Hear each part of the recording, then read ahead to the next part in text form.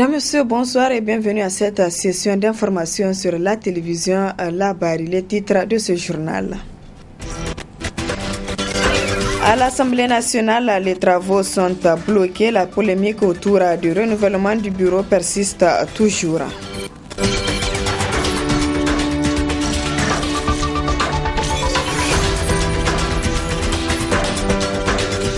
Le centre d'incubation des petites et moyennes entreprises CIPMEN a été inauguré ce matin au quartier Dar Salam et c'était en présence du ministre du Commerce.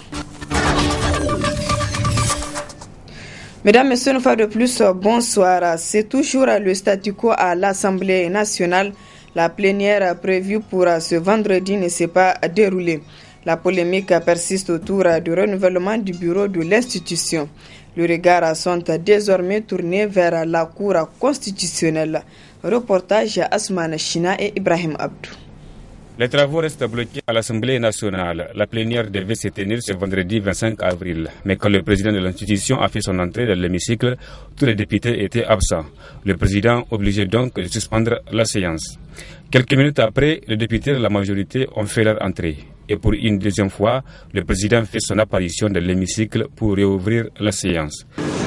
Le processus qu'on a engagé, on continue sur le processus qu'on a engagé. Et puis vraiment, si les gens là nous attendaient qu'ils vont nous appeler, ils ne vont pas nous appeler. Est-ce qu'il peut dire la vérité, monsieur le président?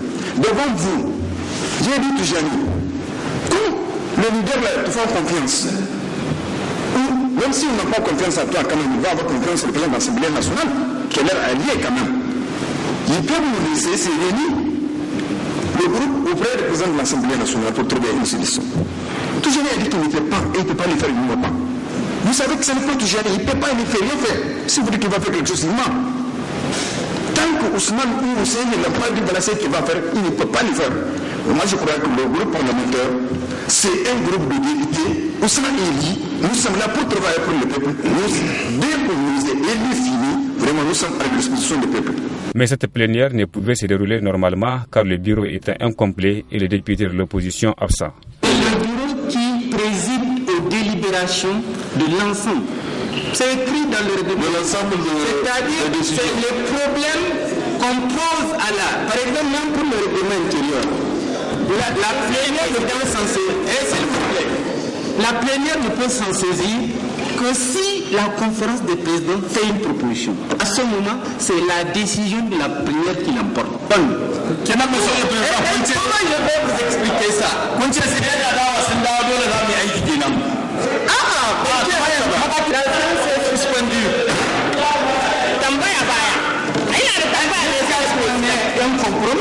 La séance a été suspendue et les regards sont orientés vers la Cour constitutionnelle qui doit trancher sur le renouvellement du bureau de l'Assemblée nationale. Cependant, du côté de l'opposition, l'on pense que c'est le président de la République qui peut régler cette affaire. Nous voulons que les textes de la République soient respectés. Et nous interpellons en premier lieu le président de la République, garant de la stabilité des institutions. Lui seul peut trouver la solution à ce problème-là. Vous ne pouvez pas cacher des dissidents derrière vous et demander à l'opposition d'aller discuter avec eux. On ne peut pas imposer à l'opposition sa conduite. Aujourd'hui, nous avons deux de nos frères qui ne sont pas élus, deux de nos camarades qui ne sont pas élus. En l'occurrence, le deuxième et le troisième vice-président. Considérons qu'on rencontre ces dissidents, qu'ils nous disent formellement, bon écoutez, nous allons voter, mais il faut que ce soit un tel. Est-ce aux dissidents, est-ce au groupe parlementaire de la majorité de nous choisir nos candidats? Alors que cela est balisé à travers la Constitution et le règlement intérieur de l'Assemblée nationale, ainsi que la charte des partis et le statut de l'opposition. S'il vous plaît, il faut qu'on arrête ce jeu-là. Voilà plus d'une semaine que l'Assemblée nationale est prise en otage par les représentants du peuple à cause de leurs intérêts partisans. L'Alliance pour la réconciliation, la démocratie et la République, ARDR, a rendu public un communiqué de presse. Dans celle-ci, l'ARDR se dit préoccupé par la situation à l'Assemblée nationale et demande au président de la République de tenir un conseil de la République face au péril grave que celle-ci fait courir à l'institution. Moussa Harouna, il est le secrétaire aux élections du MNSD Nassara. Nous avons fait ce communiqué référent à l'article 109 de la Constitution qui prévoit la création d'un Conseil de la République et que ce Conseil de la République, face à toute situation de crise politique ou institutionnelle, pourrait être saisi pour que de manière consensuelle, il puisse donner un avis. Je crois que quand vous regardez la composition de ce Conseil de la République, ça regroupe tous ceux qui ont eu à un moment ou un autre à gérer l'État. Donc qui connaissent ce que c'est que l'État, qui connaissent ce que c'est que le fondement de la République et des institutions. C'est en gros le chef de l'État en activité ou le président de l'Assemblée nationale et les anciens chefs de l'État, plus le chef de file de l'opposition. Donc, un chef de file de l'opposition, celui qui a aspiré aussi à gouverner. Ceux qui furent anciens chefs de l'État, ils connaissent ce que c'est que l'État. Ils connaissent les lois de l'État. Ils connaissent les mécanismes, comment gérer l'État pour conserver la stabilité, pour qu'il y ait une paix dans ce Niger, pour que les gens s'attellent à l'essentiel, qui est le développement qui nous interpelle tous, et non les manipulations politiciennes. C'est ça qu'il faut arrêter. Il faut regarder froidement, analyser froidement la situation. Et j'espère que leur expérience des uns et des autres, de ceux qui ont vécu, peut les amener à trouver un consensus, parce que c'est un consensuel. Et si le Conseil de la République trouve un consensus, c'est-à-dire que tous ces responsables que je vous dis puissent dire on fait ça pour avancer, et tout le monde connaît la situation. C'est le respect strict de la pratique classique entre opposition et majorité. C'est tout. Il suffirait que le chef de l'État interpelle et dit écoute, monsieur, jouez le jeu qu'on a l'habitude de jouer pour renouveler le bureau de l'Assemblée nationale. Pour être conforme à la Constitution, parce que le bureau doit refléter la configuration des groupes parlementaires. Qu'est-ce qui est de plus simple de respecter la Constitution? Mais quand on va regarder dans des virgules, dans des jeux de mots pour trouver des insubis, pour dire que voilà. Non. Nous interpellons le président de la République en conséquence. Ça, c'est une mesure préventive. Et il a la capacité de le faire et la possibilité de la convoquer. Nous avons cherché à un moment donné voir s'il y avait un règlement intérieur. Parce qu'au sortir de la première réunion, il était entendu qu'il y aurait un règlement intérieur. Parce que la Constitution prévoit une loi qui définit l'organisation et le fonctionnement de ce Conseil de la République. Malheureusement, on n'a pas pu trouver le règlement intérieur parce que nous sommes des régaliens. Nous sommes des républicains, nous voulons tout mettre dans le cadre de la Constitution et de la légalité. Inauguration officielle ce matin du centre d'incubation des petites et moyennes entreprises CIPMEN au quartier Dar Salam. C'était en présence du ministre du Commerce Alma Morou et des directeurs généraux de grandes entreprises. Précision avec Youssouf Omar et Halidou Bourema. Il s'agit d'un projet lancé il y a 2 ans seulement à l'initiative d'Orange Niger et de ses partenaires Gamma Informatique et du fonds d'investissement Synergie. Aujourd'hui, le projet devient alors une réalité. Le centre incubateur des petites et moyennes entreprises est né. La mondialisation et la globalisation des marchés ont conduit à juste titre les pays développés à s'appuyer sur les incubateurs d'entreprises pour la promotion des PME. Ce modèle a été ensuite suivi par les pays émergents, puis les autres. Notre continent, l'Afrique, n'est pas resté en marge de cette évolution. En effet, grâce au leadership d'Orange, la sous-région ouest africaine est en train d'être progressivement dotée d'incubateurs d'entreprises. Hors incubation, 85% des PME ne survivent pas en général plus de 2 ans. Pour l'incubateur de Dakar, par exemple, 100% des entreprises incubées ont franchi le cap des 2 ans avec une croissance du chiffre d'affaires supérieure à 98% sur la période. Une dynamique régionale d'émergence d'incubateurs, étroitement associée à des fonds d'investissement également en cours, ce qui va bénéficier au CIPMEN du Niger. Un fonds d'investissement est en cours de constitution au Burkina puis à Dakar. Demain, des incubateurs verront le jour au Mali et en Côte d'Ivoire. Avec le soutien du groupe Orange, ces projets seront mis en réseau grâce notamment à une plateforme d'échange de bonnes pratiques et la constitution d'un réseau d'entrepreneurs africains francophones avec des entrepreneurs d'innovation sociale en France, en Belgique et en Suisse.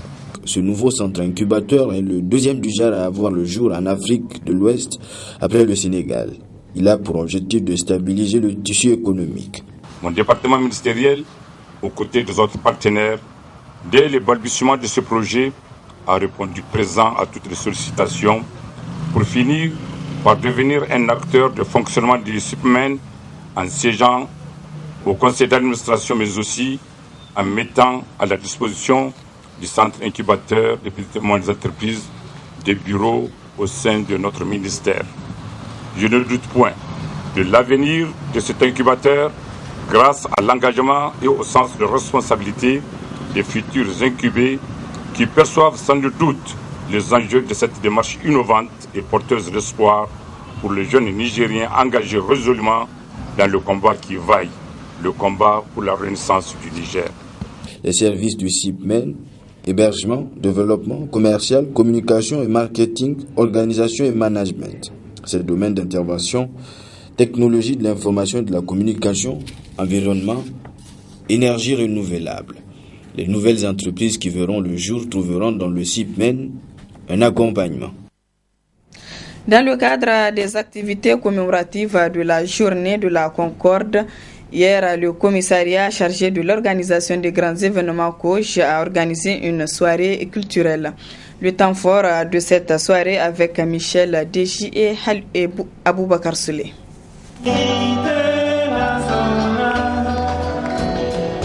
Ils étaient nombreux à monter sur le podium pour chanter en faveur de la paix, la tolérance et l'unité nationale. Des artistes de talent venus de toutes les régions du pays subjuguaient le public en cette nuit dédiée à la Concorde.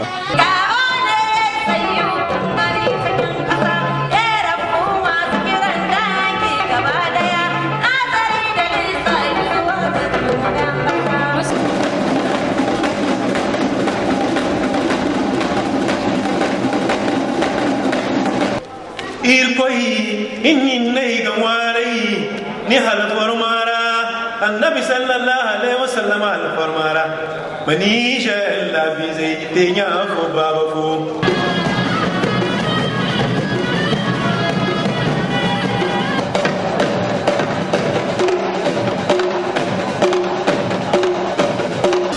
Le Niger c'est mon pays, je te laisse jamais pour y te battre.